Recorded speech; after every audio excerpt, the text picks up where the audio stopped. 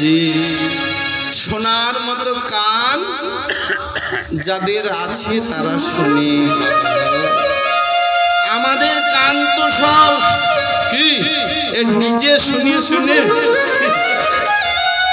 আচাল পাচাল গান শুনি, ও ভগবানের বাঁশির আর শব্দ যায় না আপনাদের কর্ণগোচরে পৌঁছা। কেউ যদি গুজরাট যান, গুজরাটের সকল ভক্তরা বলে জয় শ্রীকৃষ্ণ, জয় শ্রীকৃষ্ণ। কেউ যদি উত্তরপ্রদেশ যান, মথুরা বৃন্দাবনে যান, সেখানে বলবে জয় রাধে, জয় রাধে। কেউ যদি উড়িষ্যাতে যান, সেখানে কি বলবে জয় জগন্নাথ, জয় জগন্নাথ। কেউ যদি নবদ্বীপে যান, নিতাই গৌর হরি, জয় নিতাই।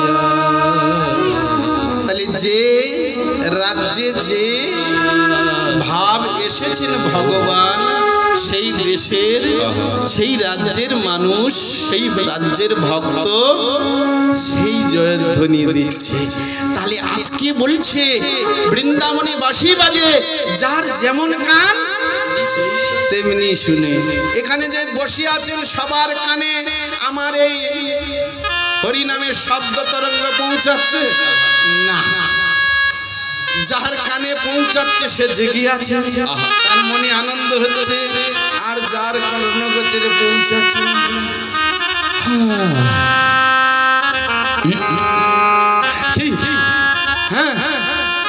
সুর সুর করে জুতো হাতে করছে, সঙ্গে যাচ্ছে যাচ্ছে আবার একজনকে ডাকছে, দিদি তাই না? এই জন্য মহাজন বলছে যার যেমন কান তেমনি শুনে।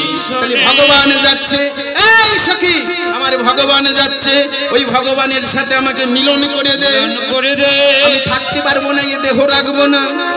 তখন ললিতা বিশাখা বলছে, এই পড়ার মুখী, তুই স্বামীর ঘর করিস, তোর শাশুড়ি আছে, ননদি আছে, তুই কি জানিস না যখন খুশি যেখানে খুশি যেখানে সেখানে বাবা মার ঘর থেকে যাওয়া যায়, কিন্তু শ্বশুর বাড়ি থেকে স্বামীর ঘর থেকে যাওয়া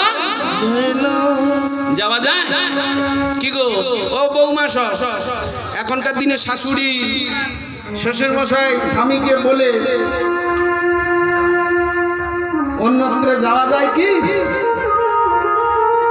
আগেকার দিনে ছিল না, আগেকার দিনে বৌমাদের স্বাধীনতা দেওয়া হতো না। স্বামী কে বলতো না, শ্বশুর মশাইকে বলতো আমি দুদিনের জন্য বাবার বাড়ি যাব। হ্যাঁ, না ভাই শাশুড়ি মাকে বলে যেতে হতো। আর এখনকার দিনে বৌমা সব ঠ্যাং ঠ্যাং করে চলে যায়, তাই না? না না, এখানকার বৌমার কথা বলছি না, আমাদের সেই মেদিনীপুরের কথা বলছি। হ্যাঁ, এখানকার বৌমা সব ভালো, আমি বলবো কি বৌমা। হ্যাঁ, শাশুড়ির কথা শুনি, যা বলে তাই বলি।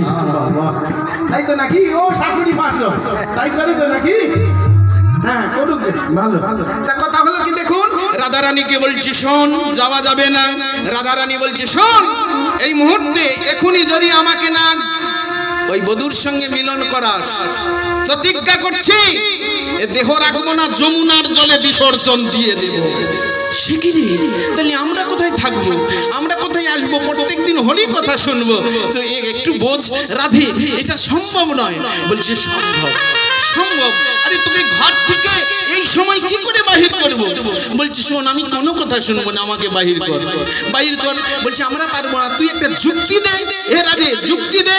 তখন রাধারানী যুক্তি দিচ্ছে, শোন, কারো পায়ে যদি কাঁটা ফুটে যায়, সেই কাঁটা বাহির করে কি দিয়ে? গাঁতি দিয়ে। কি গো, আপনাদের পায়ে কাঁটা ফুটেছিল কোনোদিন? এখানে যত জনা বসে আছে সবার পায়ে কাঁটা ফুটেছে। কেউ হাত তুলে বলবেন না যে আমার পায়ে কাঁটা ফুটেনি। সবার পায়ে কাঁটা বিঁধেছে। কি দিয়ে বাহির করেছেন? গাঁতি দিয়ে। ভাই বলছে গাঁতি দিয়ে। গাঁতি দিয়ে? হ্যাঁ, সেফটি পিন দিয়ে। হ্যাঁ, না হয় লোহার ছুঁচ দিয়ে। তাহলে কাঁটাটা বাহির করছেন ছুঁচ দিয়ে, না হয় সেফটি পিন দিয়ে। সেটা কেমন? সেও তো কাঁটা। তাহলে কাঁটা দিয়ে কাঁটাকে বাহির করা হয়। রাধারানী বলছে, দেখুন পদ বলছে, রাধারানী বলছে কাঁটা ফুটলে যেমন কাঁটা দিয়ে কাঁটাকে বাহির করা হয়, বাহির করা হয়। ও ললিতা, ও বিশাখা, আমাকেও তদ্রূপ বাহির করে দে। মানে বুঝতে পারছি না। ও রাধে, কাঁটা পায়ে ফুটলে কাঁটা দিয়ে কাঁটা বাহির করা হয়। আজকে তো কি ঘর থেকে কৃষ্ণের কাছে নিয়ে যাব কি করে? বলে এই কাঁটা ফোটানোর মতো কাঁটা দিয়ে যেমন কাঁটাকে বাহির করিস। আমার শাশুড়ি, আমার ননদি, এরা কৃষ্ণবাদিনী, কৃষ্ণ দেখতে দেবেনি। কাঁটা ফুটলে যেমন কাঁটা দিয়ে কাঁটা বাহির করা হয়, এই মুহূর্তে তোরা আমাকে বধূর সাজে সাজিয়ে দে, সাজিয়ে দে, কৃষ্ণ বেশে সাজিয়ে দে। কৃষ্ণ বেশে সাজিয়ে দিয়ে আমার শাশুড়ি ননদির ওই সম্মুখে দাঁড় করিয়ে দে। দেখবি কি হয়, আমার শাশুড়ি ননদি কৃষ্ণ ভেবে আমাকে তাড়িয়ে দেবে। আর শাশুড়ি তাড়িয়ে দিলে শাশুড়ির অনুমতি পাওয়া যাবে, আর সহজে ঘর থেকে গিয়ে কৃষ্ণের সঙ্গে মিলন করতে পারবো। ললিতা বলছে যুক্তিটা খুব ভালো হয়েছে, কিন্তু রাধে, যুক্তি ভালো হলে কি হবে? বিপদ আছে। বলে কেন? বলে শোন, একটা পুরুষ মানুষকে নারী বেশ সাজানো যায়, কি গো মা, সাজানো যায় না? ধরুন আমাকে আপনারা নারী সাজাবেন, মাথায় একটা নকল কেশ দিয়ে দেবেন। কেশ আপনাদের মাথায় যে চুল আছে না, ওটা কেশ দিয়ে দিবেন। একটা শাড়িকে জবথব করে পরালেই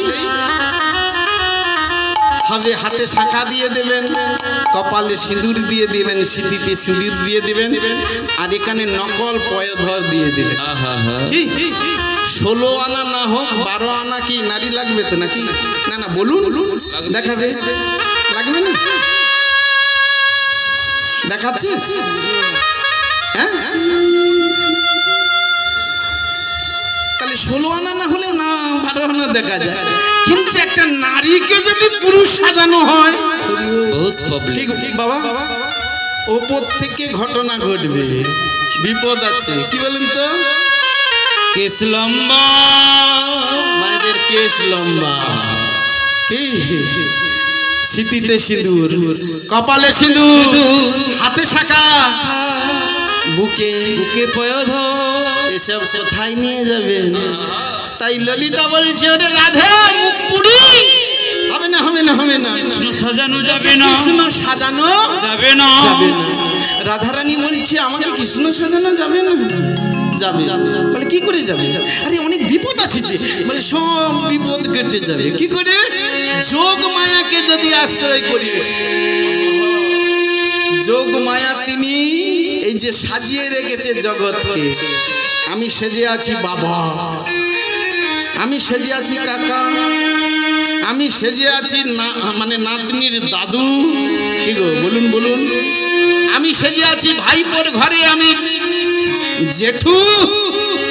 কি গো, তাহলে একে একে একটা মানুষ কত সাজ সেজে আছে। তার দেহ থেকে যখন পরমাত্মা রূপী গোবিন্দ চলে যাবে, আর কেউ বাবা বলবে, কেউ কাকা বলবে, কেউ জেঠা বলবে, দাদু বলবে, কেউ বলবে না। সবাই একটাই কথা বলবে, এটা হলো মোড়া। শোন, সেই জগৎকে যিনি সাজিয়ে রেখেছে, আমরা সেজে আছি, আমরা মেতে আছি। ওই যোগমায়াকে আশ্রয় করলে সে যোগমায়া আমাকেও সাজিয়ে দেবে, কৃষ্ণ সাজিয়ে দেবে।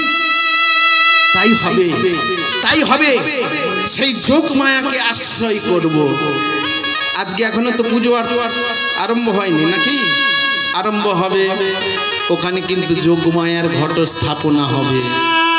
কি গো বাবা, যোগমায়ার ঘট স্থাপনা হবে। ঘটের মধ্যে একটা ডাব দেওয়া হবে, ওটা হলো যোগমায়ার মাথা। ওর মধ্যে কি দেওয়া হবে? ওর মধ্যে গামছা দেওয়া হবে। গামছা হলো যোগমায়ার অঙ্গের চর্ম। ওর মধ্যে দেওয়া হবে শাড়ি। শাড়িটা হলো অঙ্গে দেওয়ার জন্য। কি গো বাবা, তাহলে যোগমায়াকে না আশ্রয় করলে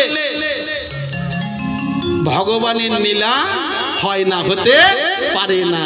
তাই আজকে সেই যোগমায়াকে আশ্রয় করলো। যোগমায়া এসেছে, যোগমায়া এসে বলছে রাধে তুমি কৃষ্ণ সাজবে। আমি হলাম যোগমায়া, বলছে আমি হলাম কৃষ্ণের দাস, আর তুমি কৃষ্ণ সাজবে রাধে, তুমি হলে ভগবানের প্রিয় ভক্ত। আজ আমার বড় আনন্দ, এসো আমি তোমাকে সাজাচ্ছি।